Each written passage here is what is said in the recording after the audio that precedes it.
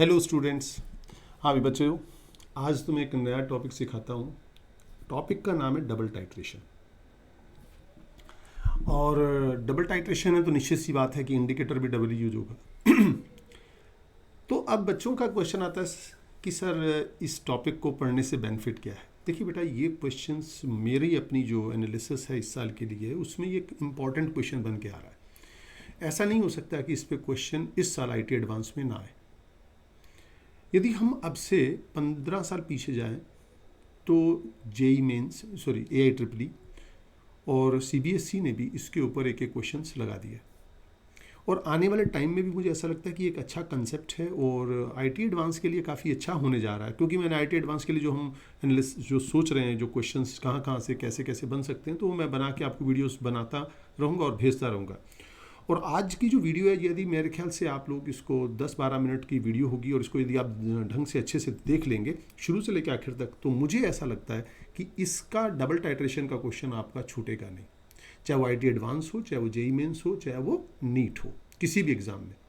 तो चलो मैं शुरू करता हूँ। तो बच्चों का पहला क्वेश्चन, चलो सर ठीक है, टाइट्रेशन डबल टाइट्रेशन समझते हैं, लेकिन हमें तो टाइट्रेशन ही नहीं पता क्या होता है।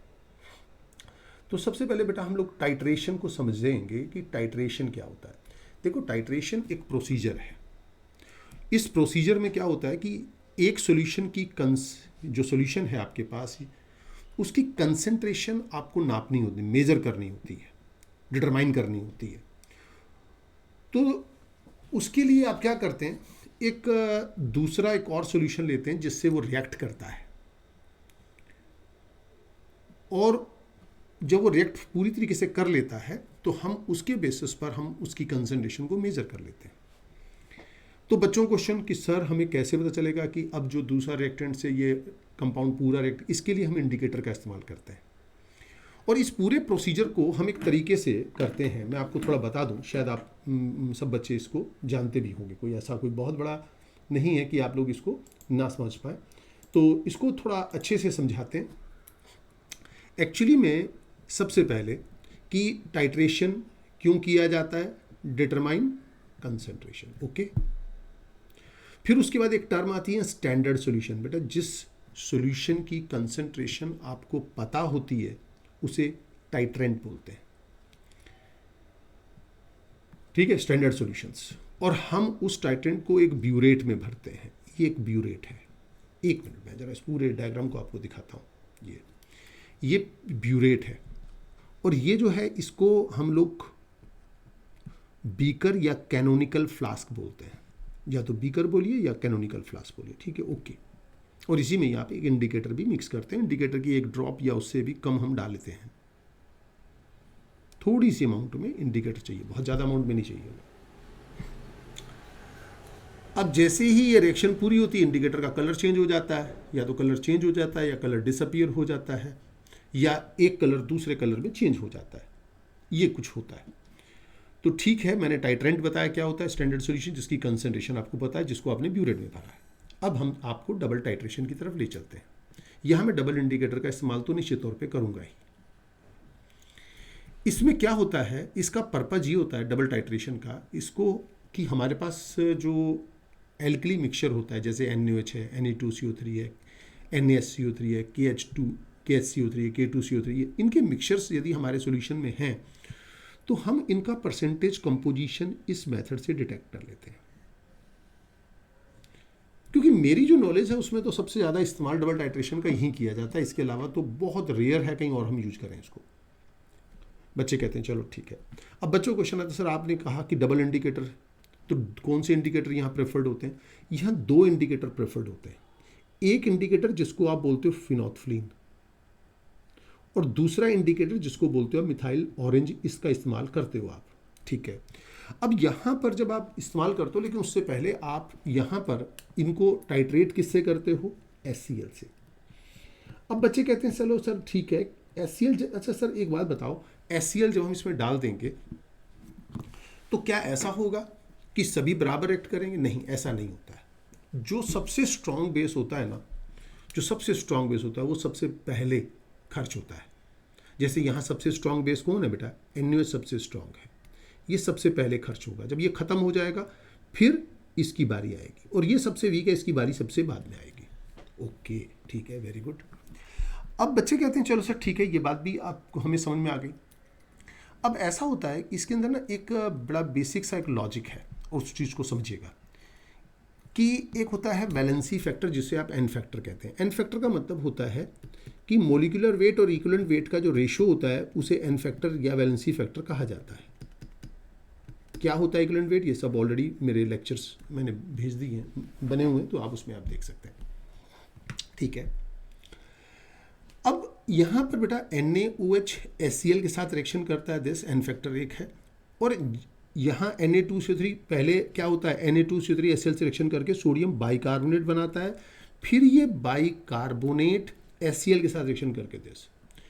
एक्चुअली में ये इम्पॉर्टेंट है कि Na2CO3 है, इसके जो एन फैक्टर होते हैं वो, इसका एन फैक्टर 2 भी होता है और इसका एन फैक्टर 1 भी होता है। इसका एन फैक्टर 2 तब लिया जाता है जब आप मिथाइल ऑरेंज यूज करते हैं, और इसका एन फैक्टर 1 तब लिया जाता है जब आप फिनोल्फिन यूज करते हैं। अब बच्चे सोच रहे होंगे सर ये एन फैक्टर इंडिकेटर डिसाइड करता है क्या?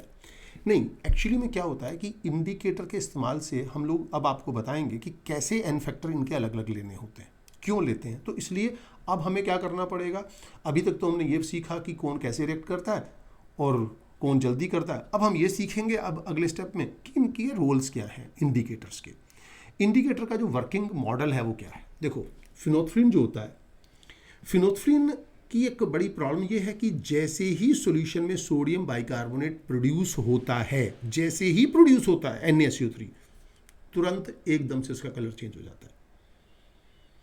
तो इसका मतलब ये हुआ कि जब मैं फिनोल्फिन यूज करूंगा तो ये Na2CO3 जो होगा, जो Na2CO3 है, ये Na2CO3 plus HCl gives NaHCO3 plus NaCl plus H2O, मतलब सीधा इसकी इंफॉर्मेशन देगा।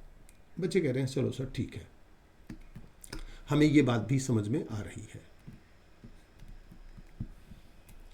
इस समय मैं इसका एन फैक्टर क्या लूंगा, एन फैक्टर 1 लूंगा, क्योंकि इसमें जो Na2 जैसे ही NaCO3 बनेगा एकदम से कलर आ जाएगा। तो ये तो सिर्फ यहां से यहां तक रिएक्शन को कंप्लीट होने को बता रहा, तो इसका एन फैक्टर 1 हो जाएगा। ठीक है, और सोडियम बाइकार्बोनेट का तो टाइट्रेशन ये इंडिकेट करेगा ही नहीं, क्योंकि ये तो सोडियम बाइकार्बोनेट के प्रोड्यूस होने पर कलर देता है। ठीक है, अब बच्चे कहते हैं चलो सर ठीक है, ओके, ये बात भी समझ में आ गई। ये कि जब हम फिनोल्फिन यूज करेंगे उस समय हमारा NaOH खर्च हो जाएगा और Na2CO3 NaHCO3 में कन्वर्ट हो जाएगा, जिसका एन फैक्टर में 1 लेके चलूंगा। ओके, अब दूसरी तरफ आते हैं मिथाइल ऑरेंज। मिथाइल ऑरेंज बेटा इसका कलर तब आता है जब हमारे सॉल्यूशन में वीक एसिडिक सॉल्यूशन प्रोड्यूस हो जाता है। जैसे वीक एसिड, ये वीक एसिड कौन है बेटा, वीक एसिड है कार्बोनिक एसिड। ये कार्बोनिक एसिड कब प्रोड्यूस होता है, ये कार्बोनिक एसिड Na2CO3 यदि आपका सॉल्यूशन में है तो ये भी प्रोड्यूस हो जाता है, ये सीधा। तो उस समय H2CO3 प्लस 2NaCl,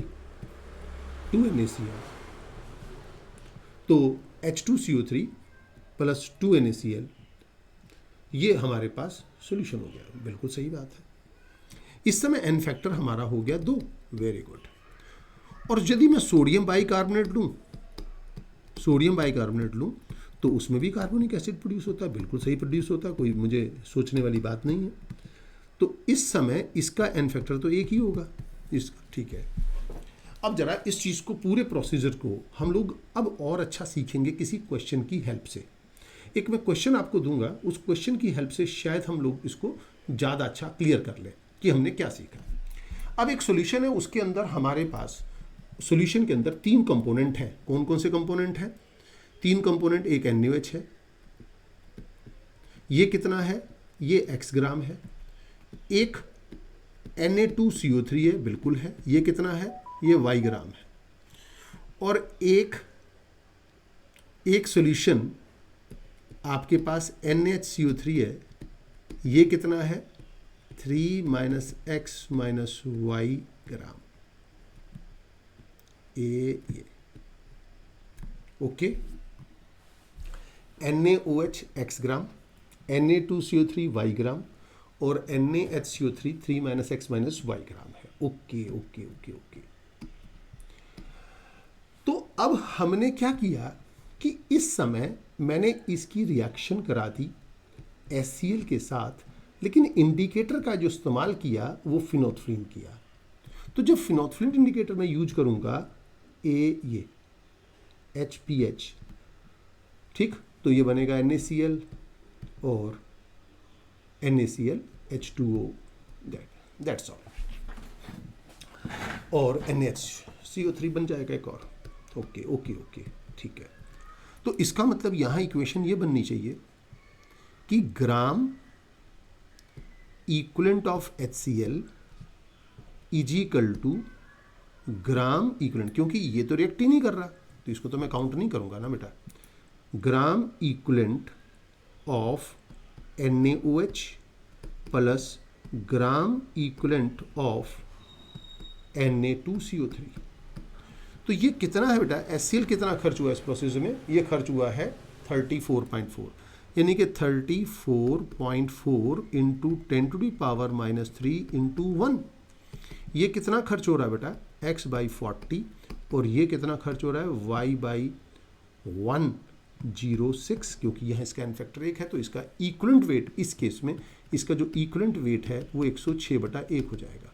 ओके। दूसरी इक्वेशन में ये कह रहा है कि अब की बार नए सिरे से मिथाइल लिया और मिथाइल ऑरेंज इंडिकेटर यूज करने पर 55.8 HCl खर्च हुआ।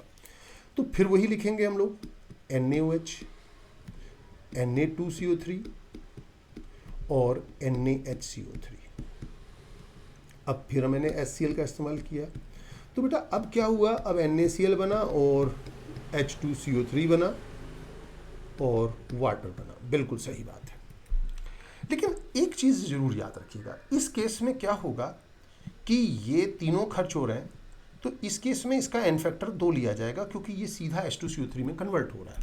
ठीक है, तो मैं क्या करूँगा यहाँ पर, ग्राम इक्विवेलेंट ऑफ किसके बेटा, HCl के is equal to gram equivalent of NaOH plus gram equivalent of Na2CO3 plus gram equivalent of NaHCO3। Very good, बिल्कुल सही जवाब है।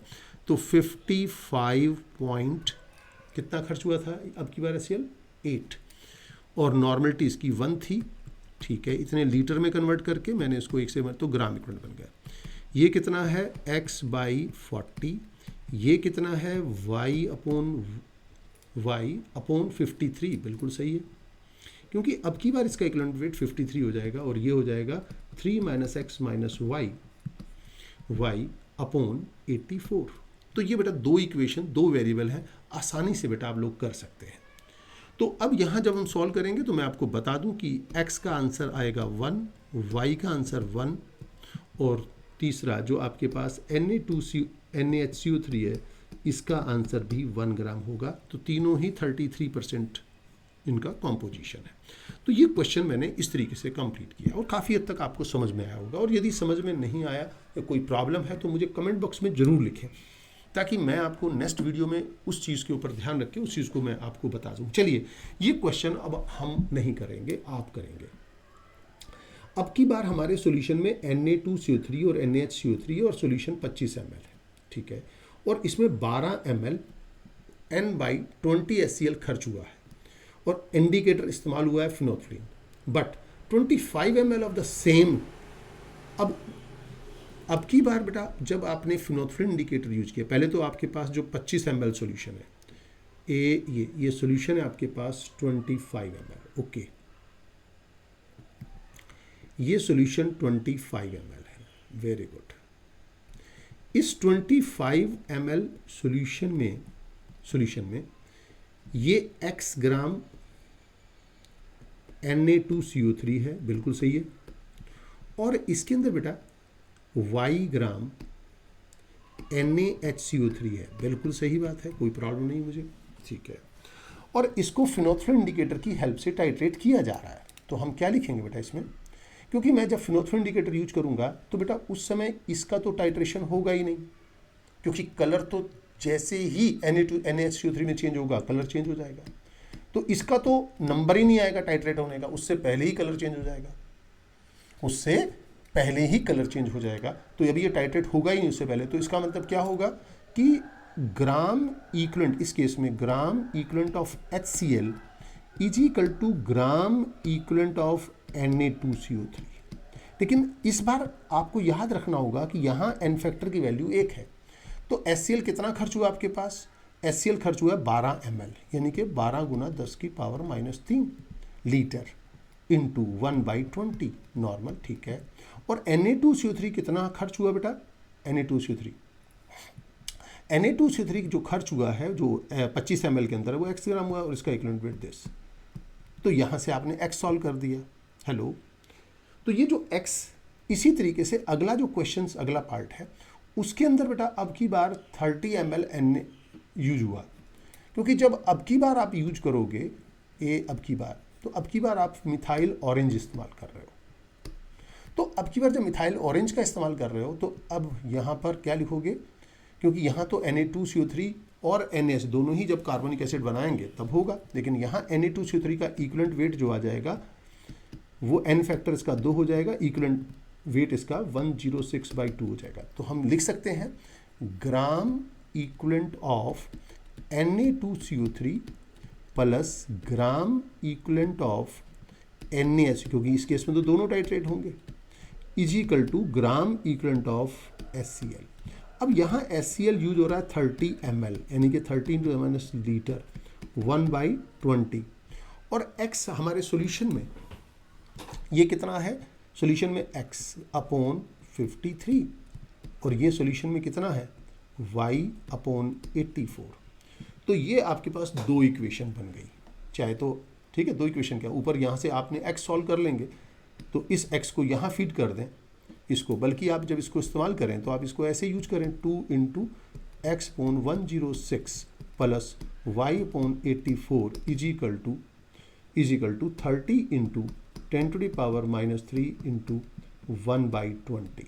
तो बेटा इससे हम करें तो इसका सॉल्व करके जो आंसर हमारे पास है, जो अब आंसर हमारे पास x, चलो यहाँ से x निकाल देते हैं। तो x कितना आ जाएगा? चलिए x की वैल्यू कितनी होगी ये भी हम बता देते हैं आपको।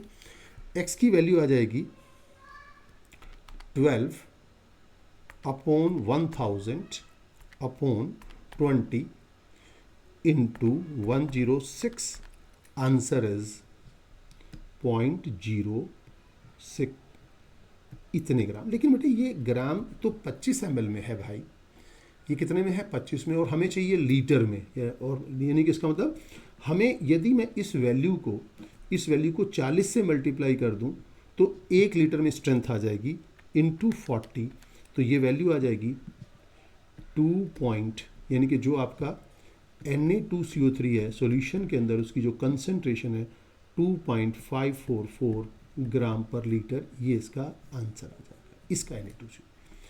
तो आंसर 2.44, ये आपका मिल गया आंसर। चलिए अब बच्चे कहते हैं चलो सर ठीक है, इसको यहाँ फीड कर दें x को।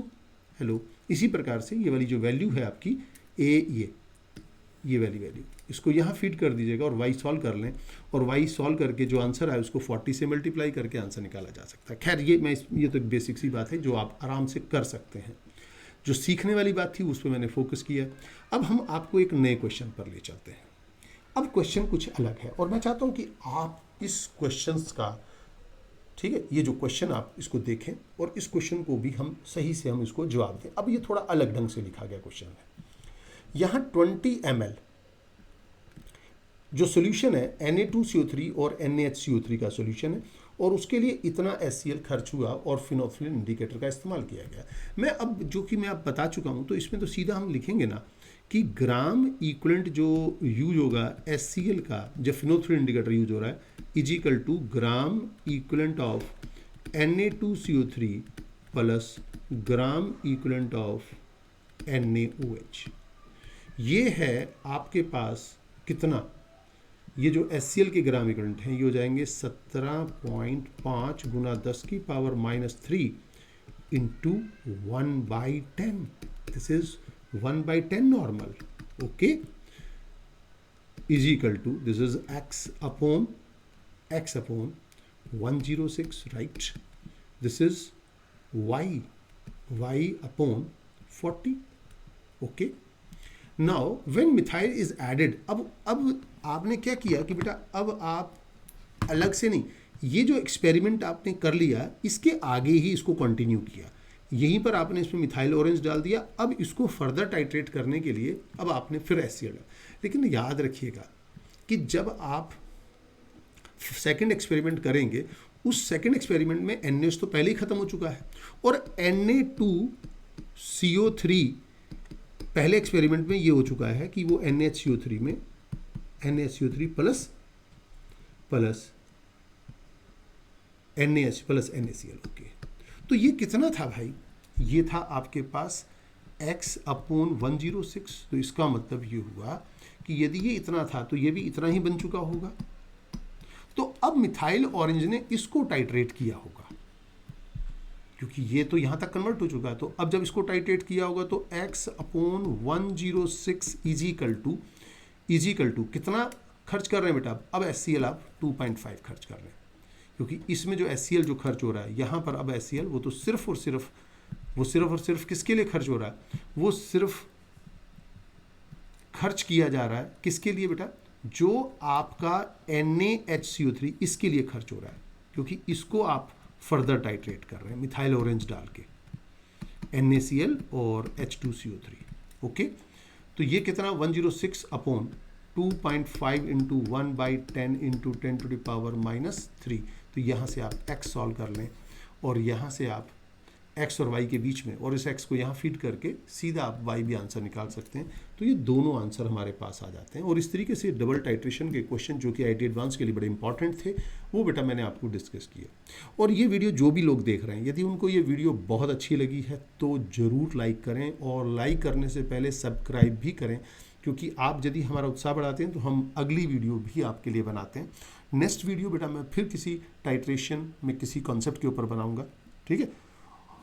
तो थैंक यू. आज बहुत अच्छा लगा आपके साथ. Okay, thank you.